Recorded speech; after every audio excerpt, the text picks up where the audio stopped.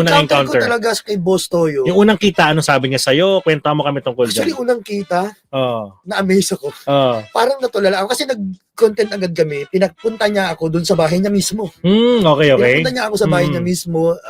Meron kaming video, nag-collab kami na si Madam Joy na parang nagulat siya na kinalabit ako ni Ma'am Joy na parang paglingon ko, iba. Tapos biglang lumabas si Boss Toyo dun sa pintuan ng bahay nila.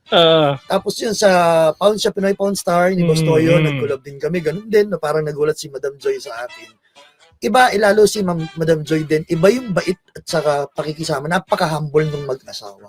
Wala akong masabi, lalo kung Boss Toyo. Kung sabi ko nga, sa social media, kung nakikita nila si Boss Toyo na tumutulong sa mga kabataan, nagbibigay ng mga tablet, cellphone para magamit ng mga kabataan. Pero iba po siya sa personal. Kung ano yung bait na nakikita nila sa social media, triple pa sa personal. Alam mo yung parang hindi ko ini-expect na ganun siya.